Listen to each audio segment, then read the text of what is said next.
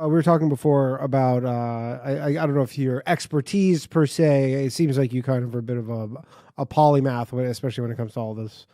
But like essentially American history was kind of like some, I guess what did you say? Secret American history? Yeah, and I guess specifically why and how Skull and Bones fits into that is where it's relevant to me. But I'll just speak generally to the fact that America has a secret history, right? I mean, it's very easy to understand. Anybody who grows up with parents knows you need to keep things from your parents. Your parents keep things from you. People keep secrets from the people that they're closest to, you know? Mm-hmm. So it's only right that America has this same sort of thing, this public history full of lies and this secret history that is kept very, very close guarded. And some of those things go back way before Columbus. Some of those things connect to things that were described in the Bible, things that Plato described. I Wait, so am, hold on. So you're saying that there's references in the Bible to stuff that happened in America?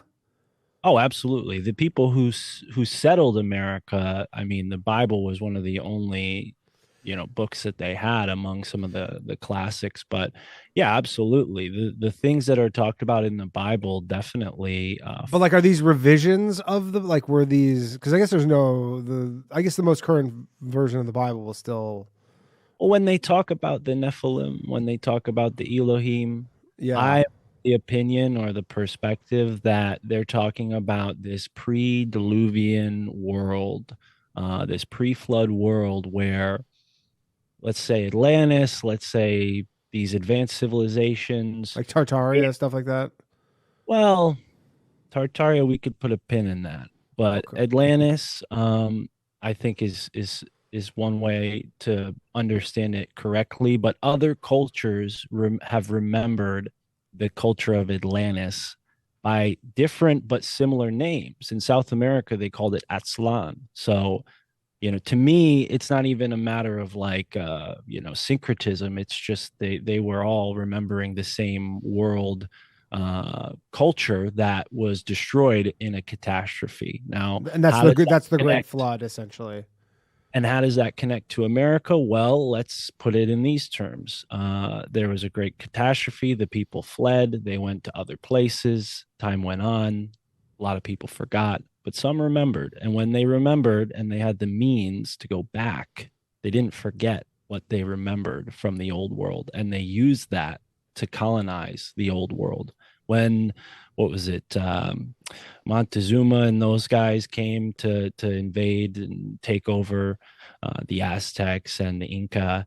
They didn't do it blindly. They knew exactly who they would be meeting. They had a book this thick telling them all about the cultures they would interact with and how to accurately defeat them. That's why they showed up dressed in feathers and gold, because they knew that these cultures would consider them gods. So it's history has been taught to us in a very duplicitous way. It's been taught to us with a bunch of things that are like weaponized folklore, weaponized mythology. They fit conveniently into the psychological hero's journey that humans want to see the world in. But America is a story of villains. There's definitely more villains in our history than there is heroes, and Sure. I'm someone who believes in the Constitution. Hell, I live in the Constitution state. And I think a lot of people forget that Connecticut has so much importance in American history.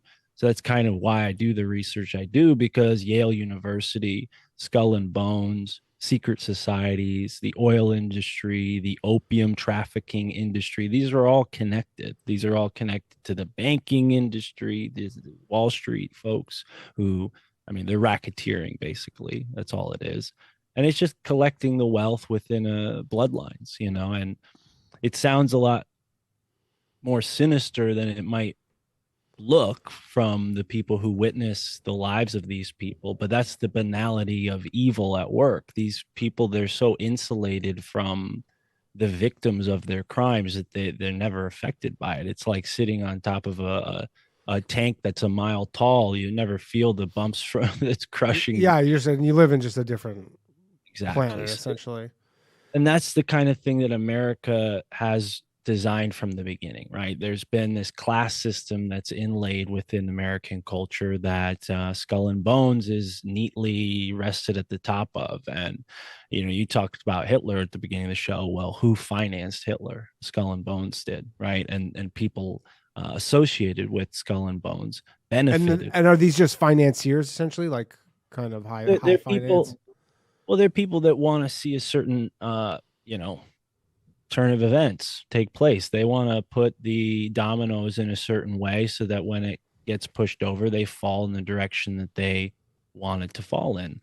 They just have to set up the pieces. They don't have to push it over. That's kind of the idea with how these people work. They think in, generations, not decades, right? They think about their great great great grandfather, and their in turn great great great grandson, and what they've inherited and what they're passing on. And most people in America don't think like that. We think about what's going on in our life, and that's design. The education system has split into two branches: the enslaved and the enslavers. And you put it in those terms, and it's really brutal. But when you look at the university system today and what they have these children like sensationalized or fanatical over, it's race relations. And Hmm. I find that really distressing because the true issues that are at work are class related. They're not race related. Race is a construct that was designed by these same people to divide us. And that's why these schools that are connected to the elite systems, they're almost being rotted away by their own toxins that they've spewed into the culture. It's kind of funny. There was a story that came out recently about Skull and Bones and how the members want to take all of the alumni's photos down because they're all white men. And it's like, yeah, Yale only accepted men until the 70s, and it only accepted white people until the 70s. And it only let women into the secret societies in the 90s, and so on That's and so forth. And it's all kind of snowballed yeah, to really, crazy. I I guess if you let women in secret societies, that's the end of those. well, that's what It's they were it's awesome. saying in the 90s. And Chapters. exactly.